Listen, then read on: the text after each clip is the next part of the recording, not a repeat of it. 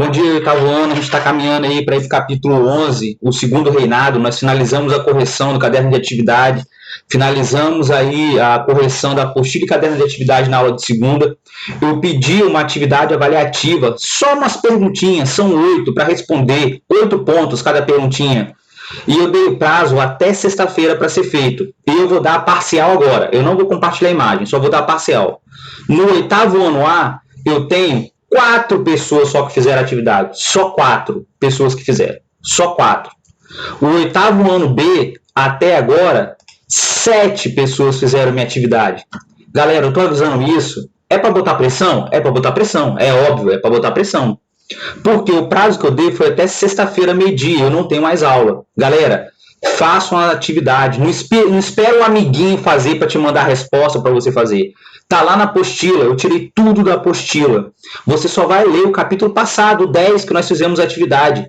Você vai lá, você vai ler, vai pegar as respostas e vai mandar para mim pelo positivo on. Faça isso o quanto antes, porque senão vai ficar muito em cima. Depois a internet falha. Tá chovendo, lembra disso. Aí tem gente que me fala que o positivo caiu, sexta-feira de vez em quando cai. Aí vem aquele problema, porque eu passei mal, você deixou para a última hora. Isso não é pesquisa, é só você entrar lá na atividade, pegar sua apostila, baixar, pegar suas respostas, fazer bonitinho, digitar e mandar para o seu professor. Tá tudo na apostila. Algumas questões eu até comentei na correção passada, galera. Tá mamão com açúcar. É só pegar e fazer. Eu nem sei porque que essa expressão é mamão com açúcar, porque eu não gosto, mamão é horrível, mas tudo bem. Vamos lá. Eu quero todo mundo lá na página 29. Abre lá para mim na página 29. Página 29. Professor, por que a página 29 é importante? Galera, a página 29 tem uma imagem da coroação de Dom Pedro II, Dom Pedro de Alcântara. Apesar da maioridade ter sido antecipada, e ter sim, muitas vezes, a ver com a questão das revoltas regenciais, nós acabamos de ver, galera. Por quê? Porque Dom Pedro, na verdade, naquele momento ali no final da regência, com aquele monte de revolta, ele simbolizou a unidade. A elite colocou ele lá para manter o território unido e para manter os seus privilégios. E no caso, foi os próprios liberais que fizeram lá a revolta. Eu vou relembrar, hein? Os dois partidos que estavam no final da regência eram os regressistas e o progressista. Esses dois partidos vão ser renomeados. Galera, isso é importante, hein? Vamos lembrar. Lá no final houve o golpe da maioridade. Golpe da maioridade, quem é que assume o poder antecipadamente contra a Constituição de 1824? O Dom Pedro de Alcântara vai ser coroado. Está aí na página 29, como Dom Pedro II. Esse Dom Pedro II, ele já veio com a missão muito importante de fazer o que, professor? Reunificar o território, manter ali os privilégios da elite, voltar a concentrar o poder na mão dele, lembra? Porque o ato adicional tirou o poder dele, criou as assembleias legislativas, a Guarda Nacional, o poder militar passou para as milícias, a reforma do judiciário que nós vimos lá, passou o poder para o juiz de paz. Então, isso tudo vai ser desfeito e vai voltar a ser o quê? Uma monarquia absolutista. Então, é a primeira coisa. Primeira coisa, oitavo ano, nós vamos voltar a ser uma monarquia absolutista. Se lá na regência eu falei que foi um período que teve muita liberdade, foi um período que teve ali as elites locais puderam se governar e isso acabou levando a várias rebeliões, agora não, nós estamos falando que o rei vai voltar, o imperador, aquela criança de 5 anos que fez 14 em 1840, que fizeram o golpe da maioridade, contra a Constituição, porque sequer foi votado. Isso foi feito pelos liberais, pelos progressistas na época, que a gente podia falar, né? Porque era necessário unificar o território, havia uma ameaça de separação, faltava uma pessoa para ser respeitada, galera. Uma pessoa para ser respeitada lá no alto. Porque os regentes muitas vezes não eram respeitados pelas elites, mas faltava ali um comando central. Então o que o pessoal fez? Altera a Constituição, não leva para votação, traz Dom Pedro lá que é adolescente e vão botar um adolescente para governar, para ser respeitado. É aí que começa o famoso segundo reinado. E eu botei isso, se eu não me engano, no capítulo 9, as fases do Império Brasileiro. Mas coloca aí, eu acabei pulando. De quando a quando vai o segundo reinado? O segundo reinado vai de 1840 até 15 de novembro de 1889. De novo, coloca no caderno. O segundo reinado vai do golpe da maioridade em 1840 até 15 15 de novembro de 1889, que é a famosa Proclamação da República, que aí a gente vai extinguir a monarquia no Brasil. Então, para pensar, o Império Brasileiro foi de 1822 a 1889, ficou aqui 77 anos, com praticamente 2 imperadores. O Dom Pedro I veio a regência, que não conta, daquela galera dos regentes ali, que foi rapidinho, e depois passou para o quê? O governo de Dom Pedro. O governo de Dom Pedro foi, sim, o maior governante em tempo governando no poder no Brasil até hoje na história. Ele vai ficar 49 anos no poder. É muito tempo, galera. Ninguém fica 49 anos no poder se o cara não conseguir um mínimo de uma coesão entre as elites. E é aí que começa a aula de hoje. Na página 29 está mostrando a coroação de Dom Pedro. E está mostrando ali a Igreja Católica, está mostrando ali a elite, e não tem povo. Não tem povo. Por que vai ter povo? O povo vai ficar para escanteio. Professor, mas você falou que nas revoltas regenciais, a cabanagem, a balaiada, o povo participou, lutou, teve até lá na Farroupilha, de repente os escravos também tentando lutar, e outras revoltas lá em Salvador, os malês. E como é que vai ficar? Professor, vai ficar como? Volta tudo atrás. Vai voltar a ser como é que era antes, lá com Dom Pedro I. Monarquia centralizada, monarquia absolutista, volta o poder moderador, volta o Conselho de Estado, diminui-se o poder do juiz de paz, vai diminuir o poder das assembleias legislativas. Quem vai concentrar o poder militar vai ser, sim, o imperador com o exército. E também as milícias, o coronel não vai desaparecer, mas agora ele vai ter que obedecer ao governo central. O povo, sua insatisfação, aquela miséria e pobreza, a crise econômica vai continuar.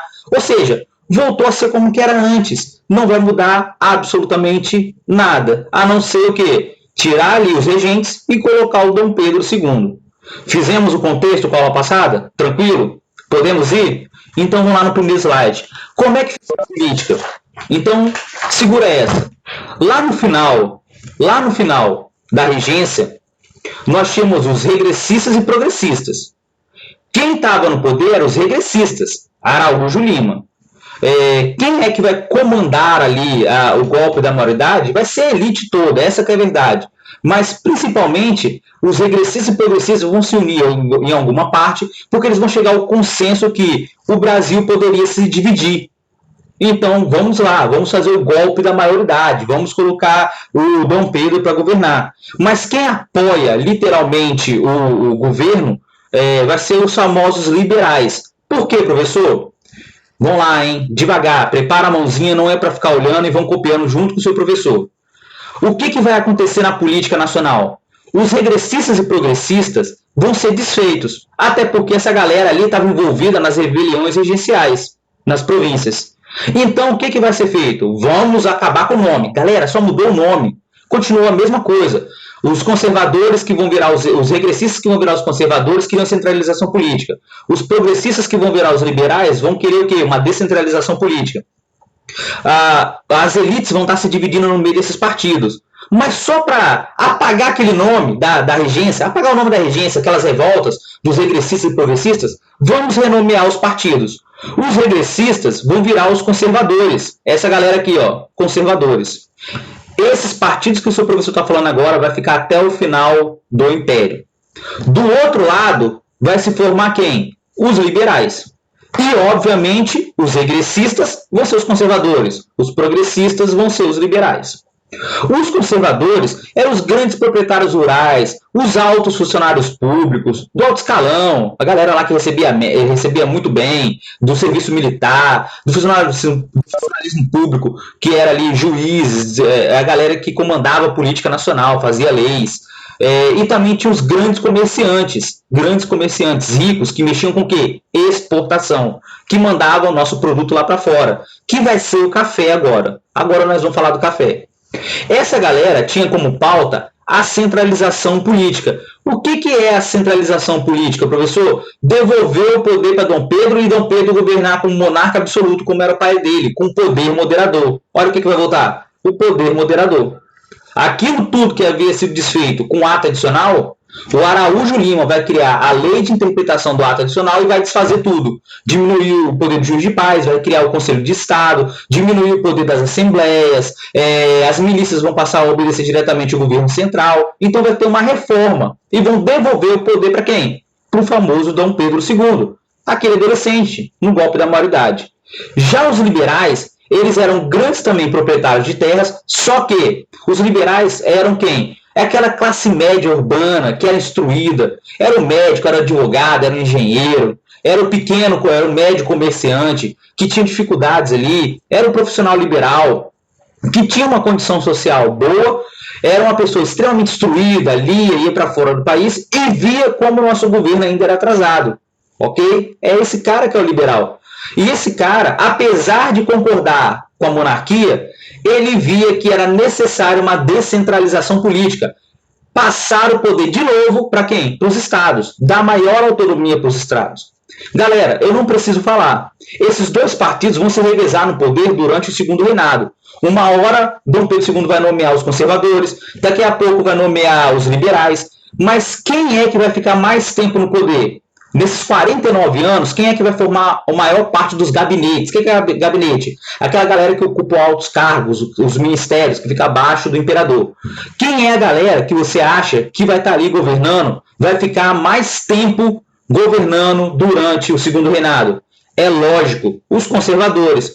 Por quê? A ideia dos conservadores ia de encontro com a ideia de Dom Pedro II. Se eles eram favoráveis à centralização política, à monarquia absolutista, então quer dizer que Dom Pedro vai favorecer muitas vezes os conservadores no poder. E os conservadores vão ficar ali, eu acho que mais de 20 anos, se somar tudo, né? Todos os anos que eles ficaram governando o Brasil, eles vão formar mais de 20 gabinetes, que era ali o Ministério Central, os principais cargos. Os liberais vão ter menos gabinetes, menos tempo no poder. Por quê? Se eles são a favor da descentralização política, não eram dignos de confiança do imperador. Sacaram a ideia? Sacaram a ideia? Fala, Matheus. Eleições de quê? Matheus está me perguntando. Eleições para formar o gabinete. Tinha eleição para votar aqui dentro da província, como agora, para formar ali, para ver quem ganhava, os conservadores e os liberais. Quem saía ganhando no país todo tinha o direito de formar o gabinete, que era o ministério. A gente vai passar sobre isso agora, Matheus. Que eram os ministérios, preencher os cargos dos ministérios, entendeu, Matheus? Havia eleição. Professor, por incrível que pareça, quem é que começa governando e apoia o golpe da maioridade? Era o Partido Liberal. Professor, mas você falou que eles eram a favor da descentralização política. Mas lembra, a regência e as revoltas ameaçavam todos da elite. Já pensou se o povo chega no poder? Então o golpe da maioridade, apesar de ser um consenso, quem é que apoiou o golpe, quem ali deu aval para o golpe, quem alterou a Constituição, mesmo sem votação, foi esse partido chamado Partido Liberal, que apesar de ser a favor da descentralização urbana, tinha muito medo de perder os privilégios, junto com os conservadores, e também o território brasileiro ser dividido. Então quem é que vai estar no poder durante o golpe da maioridade, vai promover o golpe da maioridade? O Partido Liberal. Por incrível que pareça, o Partido Liberal. Grava isso, hein? Grava isso, hein? Sim, os conservadores ficaram mais tempo no poder, Júlio, tá certo. Quem ficou mais tempo no poder foram os conservadores. Mas quem estava durante o golpe da maioridade era justamente os liberais, e promover esse golpe e alterar a Constituição, ok? Tranquilo? Não, Júlio, é porque você não leu baixo. Quem estava no poder durante o golpe da maioridade, no início do segundo reinado, eram os liberais. Tranquilo? Tirou as dúvidas? De novo. Quem ficou mais tempo durante esses 49 anos no poder de Dom Pedro II foi o Partido Conservador, ok? Foi o Partido Conservador. Mas quem estava no poder no golpe da maioridade e promoveu o golpe alterando a Constituição, aquela de 1824, foi os liberais, ok? Os liberais. Por quê? Os dois partidos ali formados pela elite tinham medo de perder os privilégios. Os dois partidos tinham medo de abolição da escravatura. Os dois partidos tinham medo do território ser dividido, ok? E aí que veio o problema. Olha só, olha onde vai começar o problema do Brasil. Galera, Brasil não é para amador. Já falei isso com vocês. O Brasil não é para amador.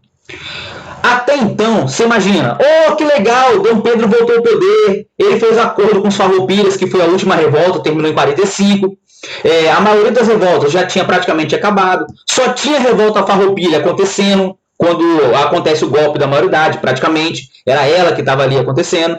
Então ficava lá no sul o pessoal em rebelião, os Farroupilhas, e o resto do país já estava unificado. Quando Dom Pedro assume o poder, todo mundo, aê, Dom Pedro voltou, é a página 29, ele vai ser coroado novamente imperador. E todo mundo acha, beleza, agora vai ser tranquilo. Dom Pedro volta ao poder, acabou as revoltas, acabou as rebeliões, nós vamos voltar ao governo como era anterior e vai voltar a ser tudo como era antes, como se nada estivesse mudando. A primeira coisa a Revolução Farroupilha só terminou em 1845, com acordo, então continuam as batalhas. E Dom Pedro já começa a ser testado com a Revolução Farroupilha. A Revolução Farroupilha começou na regência e só vai terminar no segundo reinado. Primeiro problema. A economia continuava patinando, estava ali em crise. Professor, mas qual era o grande dilema nesse momento?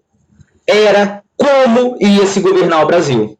Então, Dom Pedro chamou ali as famosas eleições de 1840.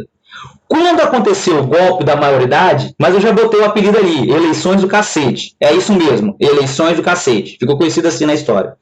Professor, Dom Pedro sabia que só ele governando não ia dar certo. Ele tinha que conquistar o apoio da elite. Ele formou o conselho novamente, o Conselho do Estado. Ele deixou as assembleias legislativas existindo, com poderes limitados, mas ele falou, olha, nós precisamos fazer eleições para a Câmara dos Deputados, igual hoje, Câmara dos Deputados. Quem estava no poder era o Partido Liberal, e o Partido Liberal, olha, Dom Pedro vai se mover para, vamos dizer, privilegiar a gente, porque nós ajudamos o golpe da maioridade, entendeu a ideia? Os liberais deram o golpe. Dom Pedro imediatamente chamou as eleições. E as eleições, os liberais tiveram uma ilusão que Dom Pedro ia mover ali o jogo, ali ó, o tabuleiro, a favor deles, privilegiando quem? Quem deu o golpe para colocar no poder. Ledo engano. O que vai acontecer? Em 1840 começam as eleições.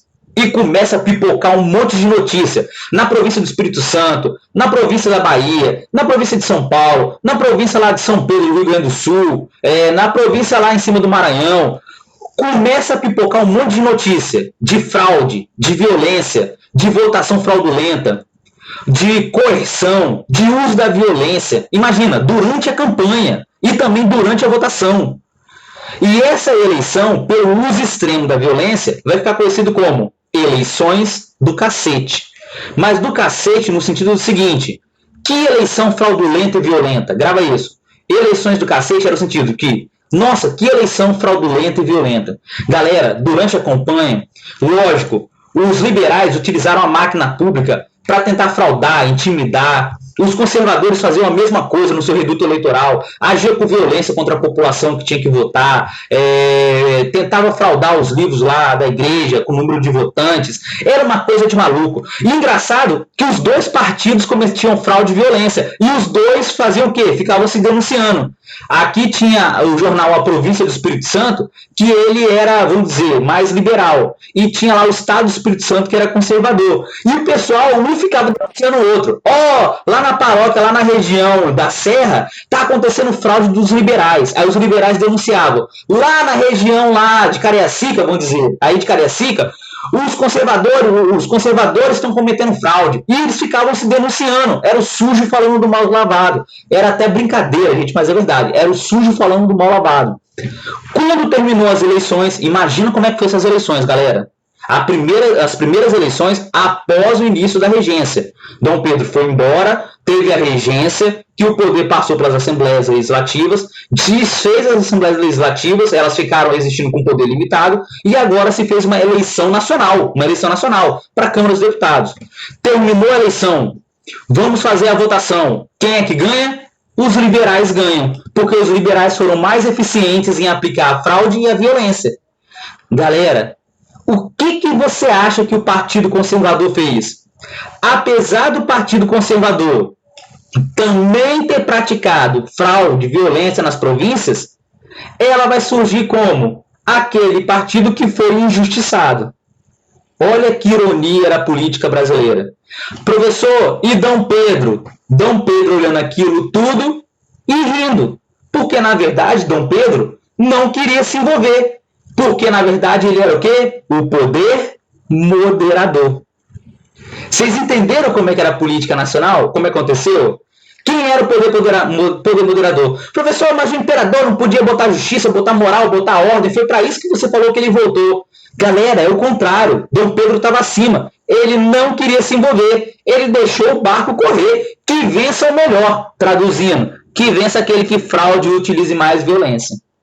Olha que situação política nacional nessa época. Lógico, Dom Pedro tinha simpatia pelos liberais? Tudo bem, podia até ter. Mas, na verdade, ele tinha gosto pelos conservadores, porque os conservadores defendiam a centralização política. Entenderam a ideia? Então, para Dom Pedro, em último caso, a eleição dos liberais não foi lá uma maravilha. Não foi uma maravilha. Na verdade, representou até um medo ali no início. E é aí que começam os problemas do segundo reinado. Por quê, professor? Dom Pedro vai usar o famoso poder moderador. Lembra do poder moderador? Se eu estivesse na sala de aula, eu ia perguntar para vocês. Quem lembra o que era o poder moderador? Me fala uma característica, coloca aí no chat. Uma característica do poder moderador. A eleição foi fraudulenta, foi a primeira, com Dom Pedro. Eleições do cacete, violência, fraude, intimidação. Mas e aí? E agora? Os dois fraudaram, os liberais ganharam, utilizaram a máquina pública, eles estavam no governo nesse momento. Fraudaram mais, conseguiram mais votos. Aqui, ó, Júlio já colocou.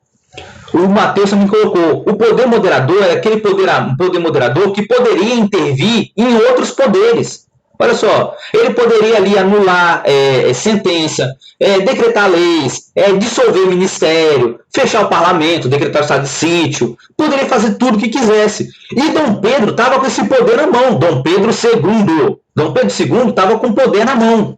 E ele coçou aquela barba dele, aquela barbicha, que ele era adolescente ainda, né? Tava nascendo com esse fiozinho, pré-adolescente. Professor, é isso aí, Caio. É quase um poder absoluto. É praticamente um poder absoluto. Ele intervém nos outros três.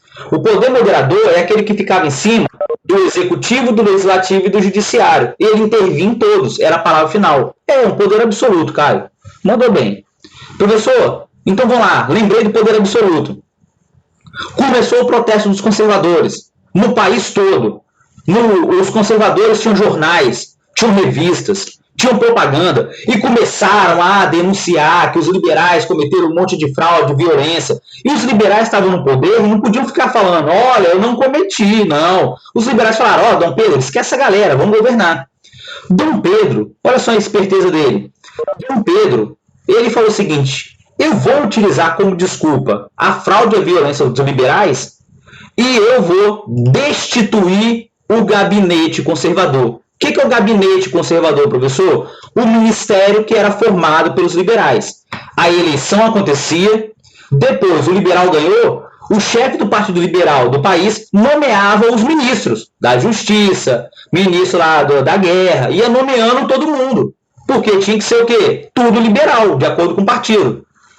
Imagina que todo mundo estava lá nomeado, Dom Pedro, com os conservadores no ouvido dele, reclamando, fazendo propaganda. Os liberais já não estavam nem aí, porque eles estavam no poder. Dom Pedro, governa com a gente ganha eleição. Gente, os dois fraudaram, os dois utilizaram violência.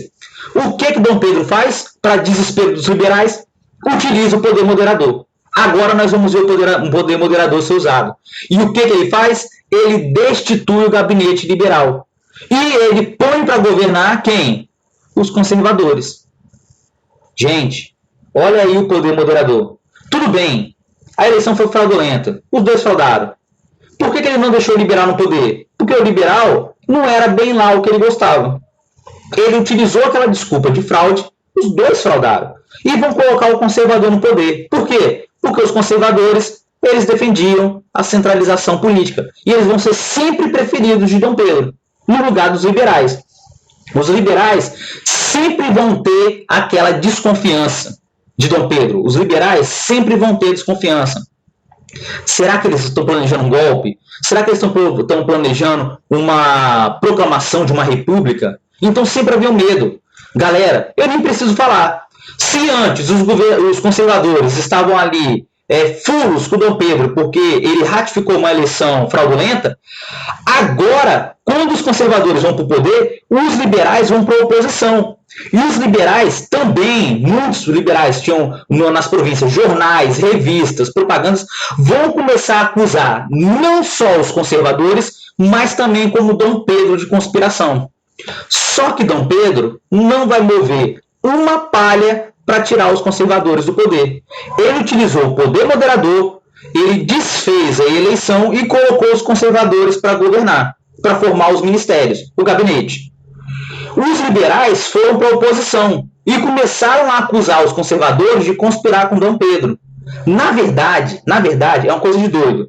Mas assim, Dom Pedro sempre era poupado. Dom Pedro ficava acima, com o poder moderador. E embaixo, quem estava se enfrentando realmente era sempre o Partido Conservador e Liberal.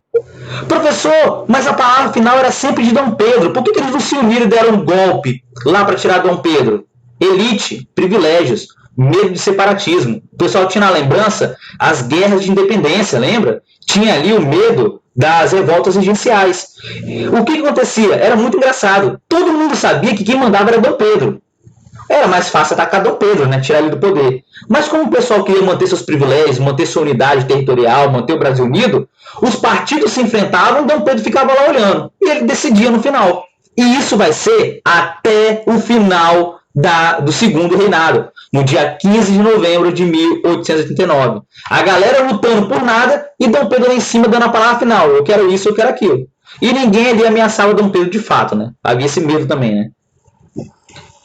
Quase. Mateus colocou aqui que Dom Pedro foi quase um rei absoluto. Sim, ele foi praticamente um rei absoluto. Ele concentrava todos os poderes na mão dele. Isso é fato. Ok? Professor, o que o nosso amigo Dom Pedro faz também? Aqui, ó. Ele volta com a centralização política. Por quê? Os três poderes ficam submetidos ao poder moderador. Vocês acabaram de falar. Intervenção, estado de sítio, dissolução aqui, ó, dos ministérios, foi o que ele fez logo de cara, galera, logo de cara, ele utilizou o poder moderador. Ele nem deu tempo do pessoal aproveitar os liberais. Ele recria o Conselho de Estado. As assembleias legislativas provinciais continuam existindo, mas agora seus poderes, ó, cortados. O Conselho de Estado era o conselho que ficava lá com Dom Pedro, e o conselho ajudava ele a governar, dava ali dicas, dava ali pareceres, ok? O Conselho de Estado volta a ser a instituição máxima do país. Aqui, ó, embaixo, não tem ali a reforma do ato adicional, a lei de interpretação do ato adicional? Dom Pedro ratifica o Código de Processo Criminal, a reforma do Código de Processo Criminal. Traduzindo, ele retira o poder do juiz de paz. Gente, o que Dom Pedro fez, Dom Pedro II? Aqueles poderes que estavam com as províncias durante a regência, ele retira todos. Basicamente é isso. E ele coloca todo o poder em quem? Nele. É para isso que ele estava lá. Todo o poder volta para quem? Para ele. Ele tira o poder do juiz de paz, ele diminui o poder das assembleias legislativas, já falei isso. Ele vai controlar as milícias, os coronéis vão continuar existindo, mas vai controlar essas milícias. Os três poderes vão estar submetidos ao poder moderador, ele vai poder dissolver ministério, impedir ou então anular decisões judiciais, ele vai poder fazer praticamente tudo que nós vimos lá no capítulo 10. E nós voltamos a ter o quê?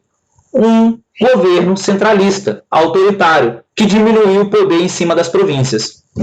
Professor, os liberais vão aceitar isso? Não, os liberais não vão aceitar isso. Em 1842, aí ó, o padre Antônio Diogo Feijó, aí o regente lá, que estava lá regendo, que era liberal, que ele abdicou do poder deles. O padre Antônio Diogo Feijó, que era um liberal, o Teófilo Otoni, se não me engano lá da região de Minas Gerais, vão se unir, que eram os expoentes do Partido Liberal, e vão começar uma rebelião, tendo foco em onde? São Paulo, que era o local onde estava o Diogo Feijó, e Teófilo Otoni em Minas Gerais. Rebelião mesmo, conflito. Eles achavam que eles poderiam começar um conflito armado e retirar os conservadores do poder. Professor, é isso mesmo? Não era para derrubar o imperador? Era uma luta armada para tirar quem? Justamente os conservadores do poder. Forçar Dom Pedro, essa que é a ideia, era forçar Dom Pedro a tomar uma posição a favor dos liberais. Só que o tiro vai sair pela culatra. Por quê? Os liberais vão ficar taxados de revoltosos, de não confiáveis. A rebelião, ela é contida, os líderes vão ser presos durante alguns meses, isso vai acontecer. A rebelião não se espalha para o resto do país, essa que é a verdade, fica concentrada nesses estados. As tropas imperiais vão conseguir conter essa rebelião fácil. Dom Pedro não vai ceder à chantagem dos liberais, vai manter os conservadores. Olha a derrota dupla. Eles vão perder a revolta e vão perder também ali a admiração de Dom Pedro. Os conservadores vão continuar no poder. E a partir dessa derrota, eles vão sofrer com o estigma de revoltosos. Os liberais vão sofrer com o estigma de não confiáveis. Eles já não eram confiáveis porque eles defendiam a descentralização política. Fazendo essa rebelião, ainda perdendo essa rebelião em 1642, essa rebelião liberal, nossa senhora, é aí que Dom Pedro vai falar, eu tinha razão, eu vou deixar os conservadores no poder. Vocês estão entendendo por que os conservadores vão ficar muito mais tempo no poder, governando ao lado de Dom Pedro, do que os liberais? Vocês entenderam? Gente, se vocês fossem também imperador, vocês iam ficar do lado do cara que te apoia. Você não ia ficar ao lado do cara que pode te dar um golpe. Então vamos ficar ao lado de quem? Dos conservadores. Essa que é a ideia. E nós redesenhamos novamente, é muito parecido com o governo de Dom Pedro I, do pai dele. Nós redesenhamos uma monarquia absolutista. O rei está com todos os poderes, os partidos que existem, na verdade, obedecem ao imperador, porque ele tem um poder moderador. Há preferência pelos conservadores, não vai se mexer na abolição da escravatura, não vai se falar nisso, por enquanto. Os privilégios vão continuar na elite, a economia vai continuar em crise, o catolicismo vai continuar como religião oficial, olha só que doideira. E não vai haver mudanças políticas, por quê? Essenciais. Porque aquelas liberdades que foram dadas durante a regência na província vão ser tiradas. Voltamos a ser como era antes, uma monarquia absolutista, uma monarquia nos tronos. Enquanto que todo mundo aqui na América Latina praticamente era república, o Brasil era o quê? Um império absolutista. Dúvidas? Podemos passar? Dúvidas? Sim ou não? Já copiaram? Ó, tem coisa que eu tô falando que você vai anotando, hein? Não é pra ficar olhando pra mim, não, hein? Não é pra ficar olhando pra mim, hein? Professor, isso resolve o conflito entre liberais e conservadores? Não, não resolve. Galera, os conservadores e liberais era parecido com hoje que está acontecendo na nossa política. Eles se enfrentavam direto. Um acusava o outro. Aqui no estado tinha liberal e conservador, eles se acusavam no jornal. Lá no Maranhão, no Grão-Pará, o pessoal se enfrentava, ficava denunciando abuso de um e de outro. E esse revezamento no poder do Partido Liberal e Conservador era o que mantinha Dom Pedro no poder. Vou repetir. Esse revezamento entre o Partido Liberal e Conservador é o que mantinha Dom Pedro no poder, com poder moderador. Sabe por quê? Ele criava uma ilusão que, na verdade, quem aplicava a justiça era Dom Pedro. Vocês entenderam a ideia? Os partidos se enfrentavam aqui embaixo nas províncias, faziam eleições, os dois fraudavam, os dois ali ameaçavam o outro, e se criou a ilusão que o poder que ficava acima, que era o poder moderador, era o poder que aplicava justiça no país, e ele que escolhia o que era melhor. Gente, nem precisa falar, né? Isso vai gerar um desgaste. Imagina que isso vai durar mais de 40 anos, 49 anos. Vai chegar uma hora que essa fórmula dos partidos se enfrentando e Dom Pedro lá em cima sendo o cara justo, vai gerar um desgaste. E é aí que vai ser proclamada a República no Brasil. Era uma ilusão mesmo entre os partidos. Eles aceitavam isso. Em nome de quê? De manter a unidade do país, de manter os privilégios da elite. Era uma troca de favores. Professor, e aí? O Brasil ficou calminho? Não. Esse revezamento trouxe muitos conflitos. Então, qual foi a saída? Dom Pedro e também alguns partidos ali da elite proporam a forma do parlamentarismo. Para tudo. Nós estávamos na sala de aula. Alguém lembra dessa fala? Lá na Inglaterra, da Revolução Gloriosa, o rei reina, mas não governa? Sério mesmo, escreve para mim. Todo mundo. Quem não lembra, coloca não. Vocês lembram lá da sala de aula, daquela Revolução Gloriosa? O rei reina, mas não governa? Lembra ou não lembra? É para todo mundo escrever, porque senão eu vou ter que dar uma palhinha. Lembra? Matheus colocou sim, Jean sim, Maria Chaga sim, Júlio sim, Caio sim, Matheus sim. Todo mundo lembra? Davi, Eduarda, Arthur, Rodrigues. Galera, tem que responder, hein? Porque se eu não souber, eu tenho que voltar, hein? Beleza, então. João Pedro Ferreira, Davi e Ana colocaram sim. Tranquilo. Então, só dar um lembrete. Quando a gente olhou lá no início do ano, que houve aquela revolução na Inglaterra, o parlamento passou a governar e o imperador ficou submetido ao poder do parlamento. O rei reina, mas não governa. O que Dom Pedro fez? Para tentar coibir essas revoltas, rebeliões e conflitos, se instituiu no país, em 1847, o parlamentarismo. Era um parlamentarismo que era para ser inspirado no parlamentarismo inglês. Como é que é o parlamentarismo inglês? Como deveria ser? Galera, para tudo, o Brasil não é para amador. Vamos olhar desse lado aqui, ó. Esse lado, primeiro. Como deveria ser o parlamentarismo? Como deveria ser o parlamentarismo? Inspirado na Inglaterra, que é o processo normal, que funciona até hoje, tá? Os países que adotam o parlamentarismo vão fazer isso que eu estou falando. Primeiro, é chamar as eleições. Então, vamos lá. Há dois partidos, liberal e conservador lá na Inglaterra, e tem mesmo. O que acontece? O primeiro-ministro chama as eleições. E o pessoal faz campanha, tudo normal, conservador e liberal. Terminou as eleições. O que acontece? Vão fazer a votação. Imagina que o Partido Conservador, ganhou as eleições. Elegeu a maioria de deputados lá na Inglaterra. O Partido Conservador elegeu a maioria dos deputados. Os liberais elegeram um pouquinho. O que se faz após a eleição e vê que o partido X ganhou a eleição? O partido vai indicar o primeiro-ministro, que é o maior cargo na Inglaterra, o primeiro-ministro. Entenderam a ideia? Então, vamos lá. Como deveria ser o parlamentarismo? Os partidos vão fazer as eleições, liberal e conservador. Terminou as eleições. Quem é que venceu? O Partido Conservador. O Partido Conservador, que tem a maioria na Assembleia, lá na Câmara dos Deputados, vai indicar um nome para ser o primeiro-ministro. E esse primeiro-ministro é que vai nomear os outros cargos. Entenderam a ideia? Primeiro vem a eleição, depois vem a nomeação do primeiro-ministro e depois se preenche todos os cargos. Esse exemplo é o exemplo da Inglaterra, que existe até hoje. Lá o rei reina, mas não governa. Tem a família real na Inglaterra, lembra? Até hoje. Mas eles não mandam em nada. Por quê? Eles podem dar opinião, eles podem falar o que eles acham correto e errado, mas eles não governam. Quem governa de verdade, quem está governando a Inglaterra hoje é o Boris Johnson. Então, todo local que tem parlamentarismo tem que funcionar desse jeito. Primeiro vem as eleições, depois das eleições, o partido vencedor nomeia o primeiro-ministro e o primeiro-ministro vai nomeando todos os cargos. E esse partido vai governar o país. É assim que funciona um parlamentarismo normal, ok? Dúvidas? Sim, Caio. Quem manda é o primeiro-ministro. Dúvidas? Todo mundo entendeu? Professor, e como é que funciona o parlamento? Como é que funcionou o parlamentarismo no Brasil? Ah, gente, o Brasil não é para amador. Olha o nome aqui, ó. No Brasil ficou conhecido como parlamentarismo às avessas. Traduzindo, o parlamentarismo no Brasil era ao contrário. Era totalmente diferente.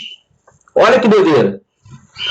Ao invés de se fazer uma eleição e ver quem ganhou as eleições para nomear o primeiro-ministro, que era o normal, no Brasil era tudo o contrário.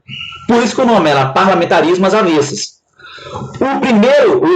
Primeiramente, o imperador se reunia e escolhia lá junto com escolhia o chefe do presidente do Conselho de Ministros. O que é o presidente do Conselho de Ministros? É como se fosse o primeiro-ministro, que nomearia os outros. E esse cargo era conhecido como gabinete. Por quê? O imperador escolhia a pessoa para esse cargo e esse gabinete ia ser formado de acordo com o cara que Dom Pedro escolheu, seja liberal ou seja conservador. Somente depois, o cara nomeado, conservador liberal, ele ia nomear os outros ministros. Olha só, Dom Pedro escolheu o cara para ocupar o gabinete, o cargo de presidente do Conselho de Ministros, como se fosse o cargo de primeiro-ministro. O cara era eleito. O cara era escolhido por Dom Pedro. Depois, Dom Pedro falava, olha, eu botei você, fulano, você pode nomear os outros ministros. Ele se reunia com o imperador e nomeava os outros ministros para os cargos. Imagina, se ele botou um conservador, para ser o presidente do Conselho de Ministros, liderar o gabinete, é óbvio que esse conservador ia nomear os outros altos cargos também de conservadores. É óbvio. Professor, e depois, qual era o último passo? Somente depois do gabinete formado, de todo mundo escolhido, era que acontecia as eleições nas províncias. Professor, mas como é que você garante que todo mundo nas províncias vai ser nomeado, vai ser eleito conservador? Utilizando a fraude. Depois do imperador escolher o presidente, o chefe do gabinete, depois do chefe do gabinete, que é o primeiro-ministro, nomear os ministros de acordo com o seu partido, eles faziam as eleições. E para garantir que as eleições combinassem com o partido que já estava no poder, eles fraudavam as eleições na província. É assim que funcionava o parlamentarismo no Brasil. Era o parlamentarismo invertido. Começava dos altos cargos para as eleições e fraudava as eleições. Professor, mas se acontecesse de lá nas províncias, imagina, Dom Pedro nomeou um conservador para ser o chefe do gabinete, o conservador nomeou os outros ministros e foram para as eleições. É lógico, os conservadores iriam fraudar para conseguir a maioria. Mas imagina que os liberais ganharam. Ganharam no lugar dos conservadores. Ganharam em tudo quanto é província. O que Dom Pedro utilizava? O poder moderador. Ele dissolvia as eleições e fazia outra. Até que o partido que estava lá junto do poder com ele conseguisse fraudar as eleições e eleger a maioria dos deputados para a Câmara. O nome disso no Brasil? Parlamentarismo às avessas. Era exatamente o contrário do parlamentarismo que existia na Inglaterra. Galera, e os dois partidos concordavam com isso? Concordavam. Nem preciso falar. Isso dava confusão, professor? Será que isso dava confusão? Lógico. Aqui, ó, Revolução Praieira. O pessoal, de novo, lá em Pernambuco, vai haver um conflito entre os liberais e conservadores. Os liberais eram chamados de Partido da Praia, porque eles tinham ali um jornal que era a favor deles, que ficava na rua da praia, perto da praia. E os conservadores tinham o apelido de gabirus. Nesse primeiro momento, o Partido Liberal estava no poder, lá em Pernambuco. Só que o imperador, vendo que acontecia conflitos entre conservadores e liberais, vai nomear um gabinete conservador em Pernambuco. Tirar os liberais. Prerrogativa do poder moderador. O que vai acontecer? Conflito em Pernambuco. Ok? Galera, a gente vai terminar na próxima aula, vou dar uma paradinha aí. Não esqueçam de fazer atividade avaliativa valendo nota e mandar para mim, são 8 pontos, hein, galera? Na semana que vem a gente continua aqui da Revolução Praieira e vamos falar da fase do café e da imigração e a abolição da escravatura. Tranquilo? Dúvidas? Perguntem agora. Dúvidas?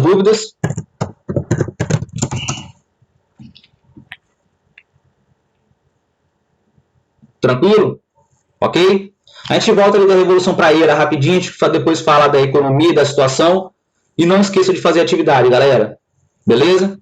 Até semana que vem. O prazo é até sexta-feira, hein? Pela manhã, hein? Não é meia-noite, não, hein? Tchau, tchau, galera. Bom fim de semana.